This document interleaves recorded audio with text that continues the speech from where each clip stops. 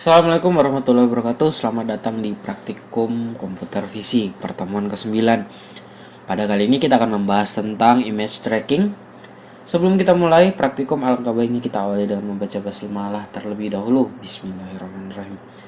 Oke kawan-kawan, pada minggu kali ini kita akan membahas tentang image tracking, dimana pada kali ini image trackingnya kita akan menggunakan dengan metode Kalman filter. Kalman filter ini digunakan untuk memperkirakan posisi objek setiap waktu.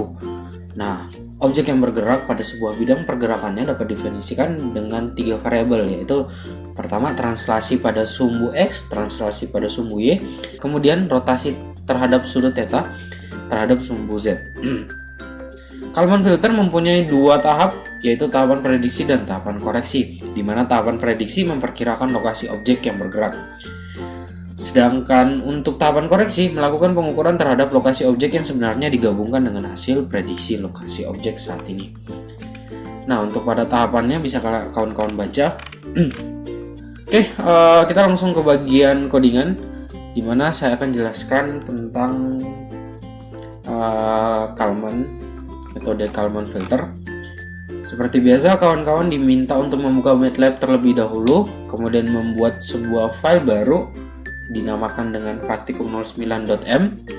Kemudian di sini silakan kawan-kawan menggunakan kode yang sudah ada, dimana pada video kali ini, pada praktikum 9 ini kita akan menggunakan single ball MP4. Nah, single ball MP4 ini sebenarnya udah disediakan dari MATLAB. Jadi nanti kawan-kawan kalau mau coba silakan cari di internet untuk video yang kira-kira ada objek bergerak kemudian seperti biasa kita langsung ke sini, clear screen-nya. Kemudian untuk parameter Kalman filter ini dia membutuhkan initial error-nya berapa, kemudian motion noise-nya dibutuhkan, kemudian ada measurement noise, ada segmentation trace, ada accumulate image-nya butuh berapa, dia butuh accumulate detection-nya berapa. Di sini disamain aja accumulate tracking-nya, kemudian tracking location dan track label-nya.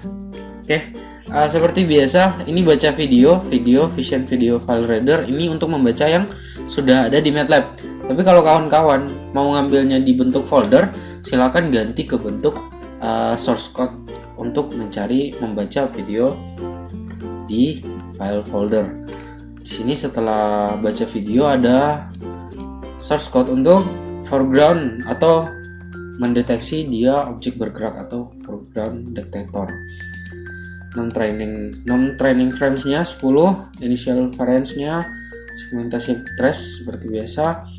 Kemudian di sini kita membutuhkan source code untuk analisis blob. Di sini untuk kita inisiasi blob analyzer membutuhkan vision blob analysis, area output portnya, kemudian minimum blob areanya 70, centroid outputnya kita true. Kemudian untuk proses pelacakan dengan Kalman filter pada video, dimana di sini ada perulangan kita inisialisasi ketika tracknya inisialisasinya sama dengan false. Jadi while is done video, dia akan melakukan inisialisasinya frame, dia akan membaca frame video tersebut. Kemudian dari video tersebut yang telah dibaca per frame-nya akan dikonversi ke bentuk grayscale. Setelah dikonversi ke bentuk grayscale, dia akan melakukan deteksi foreground atau mendeteksi objek bergerak.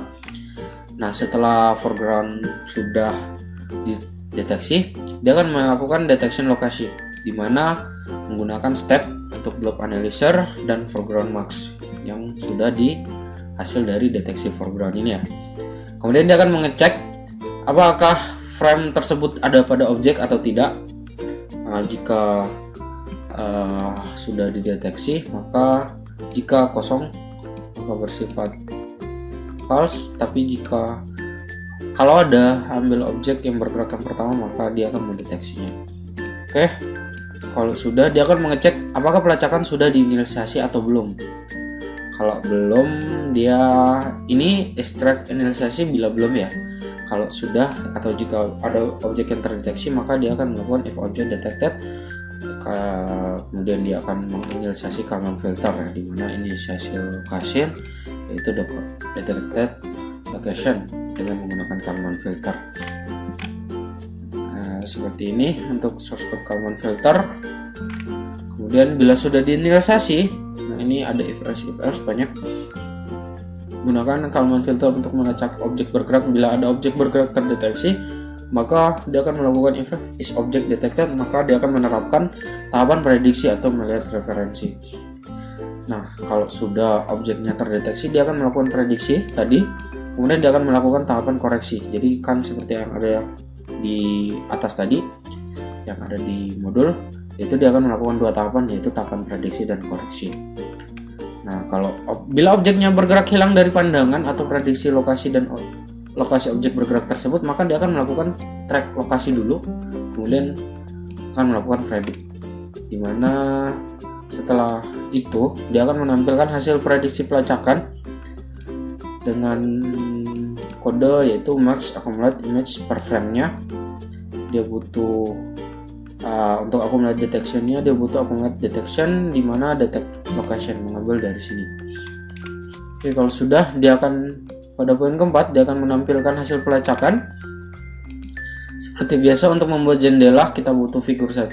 Untuk menampilkan apa yang ditampilkan, kita akan menampilkan accumulate image per 2 dibagi 2 plus 0,5 untuk menampilkan hasil dari pelacakan Kalman filter, dimana per plotnya kalau kosong, ini kalau kosong dia akan melakukan accumulate untuk tracking. Nah, kalau udah selesai, kalau videonya udah selesai, karena ini dia ngambilnya per frame, kalau udah selesai nanti akan ditampilkan di akhir. Nah, jadi seperti ini. Mohon maaf karena MATLAB-nya tidak tersedia di laptop.